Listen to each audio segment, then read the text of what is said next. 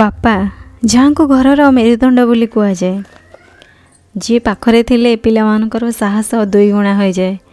କିନ୍ତୁ କ'ଣ ହୁଏ ଯେତେବେଳେ ସେହି ବାପା ଜଣକ ବାର୍ଦ୍ଧକ୍ୟର ଚାପରେ ବୃଦ୍ଧ ହୋଇଯାଆନ୍ତି?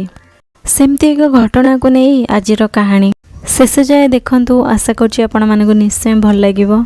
ଭଲ ଲାଗିଲେ ଲାଇକ୍ ଗୋଟେ ନିଶ୍ଚୟ କରିବେ। ଏହି କାହାଣୀଟି ହେଉଛି ଜଣେ ଜେଜେବାପାଙ୍କ ବିଷୟରେ। ସେ ତାଙ୍କ ପୁଅ ଝିଅ ନାତି ନାତୁଣୀମାନଙ୍କ ସହିତ ରହୁଥିଲେ। ସେମାନେ ଏକାଠି ଖାଇବାର ମଜା ନେଉଥିଲେ। ବୟସ ଧୀରେ ଧୀରେ ବଢ଼ିବାରୁ ଜେଜେବାପାଙ୍କ ସ୍ୱାସ୍ଥ୍ୟର ଅବନତି ହେଲା ଏବଂ ତାଙ୍କ ହାତ ଥରିବାକୁ ଲାଗିଲା।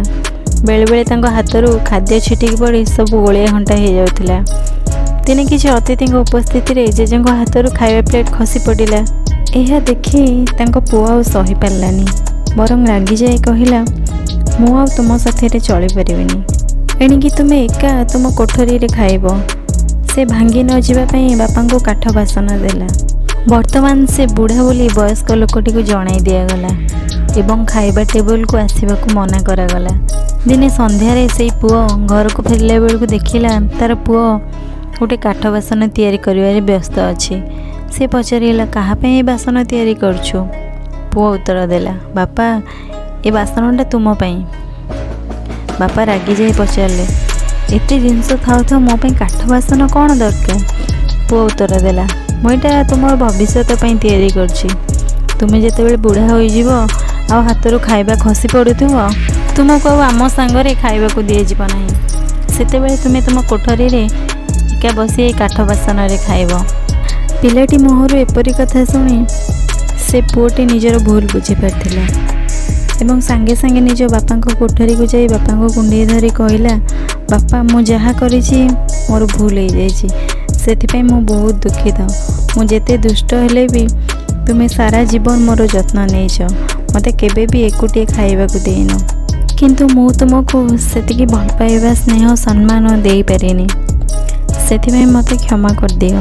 ସେଇ ରାତିରେ ସେଇ ବୁଢ଼ା ଲୋକଟି ପୁଣି ଜଣେ ବୟସ୍କ ବାପାରେ ପରିଣତ ହେଲେ ଏବଂ ଅନ୍ୟମାନଙ୍କ ସାଙ୍ଗରେ ଟେବୁଲରେ ବସି ଖାଇବା ଉପଭୋଗ କଲେ। ଏହି କାହାଣୀଟି କେବଳ ସେଇ ଜଣେ ବୁଢ଼ା ବାପାଙ୍କର ନୁହଁ। ଏହି କାହାଣୀଟି ବର୍ତ୍ତମାନ ସମାଜରେ ପ୍ରତି ଘରେ ଘରେ ଦେଖିବାକୁ ମିଳୁଛି। ଯେଉଁ ବାପା ମା ପିଲାମାନଙ୍କ ପାଇଁ କେତେ ଦୁଃଖ କଷ୍ଟ ସହି ତାଙ୍କୁ ମଣିଷ କରନ୍ତି, ସେହି ପିଲାମାନେ କିନ୍ତୁ ବଡ଼ ହେଲା ପରେ ବାପା ମାଆଙ୍କୁ ଭୁଲି ଯାଆନ୍ତି, ତାଙ୍କୁ ଅଦରକାରୀ ମନେ କରନ୍ତି।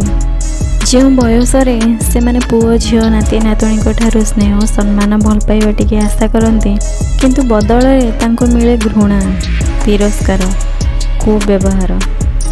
ସତରେ ଥରେ ଭାବି ଦେଖନ୍ତୁ ତ, ଆମ ବାପା ମା' ମାନେ କ'ଣ ସତରେ ଏହି ସମ୍ମାନ, ଏହି ବ୍ୟବହାର ପାଇବାକୁ ଯୋଗ୍ୟ?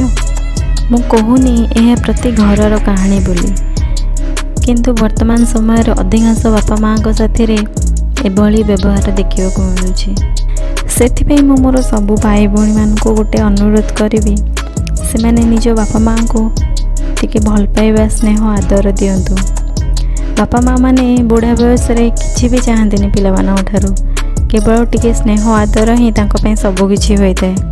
ଆଉ ବାପା ମାଆଙ୍କର ଆଶୀର୍ବାଦ ସାଥିରେ ଥିଲେ ଦୁନିଆରେ ସବୁ ଅସମ୍ଭବ ବି ସମ୍ଭବ ହୋଇଯାଏ। ସେଥିପାଇଁ ନିଜେ ଖୁସିରେ ରୁହନ୍ତୁ, ନିଜର ବାପା ମାଆଙ୍କୁ ଖୁସିରେ ରଖନ୍ତୁ, ସମସ୍ତଙ୍କୁ ଖୁସିରେ ରଖନ୍ତୁ। ଦେଖିବେ ଭଗବାନଙ୍କ ଆଶୀର୍ବାଦ ସବୁବେଳେ ଆପଣଙ୍କ ସାଥିରେ ଥିବ।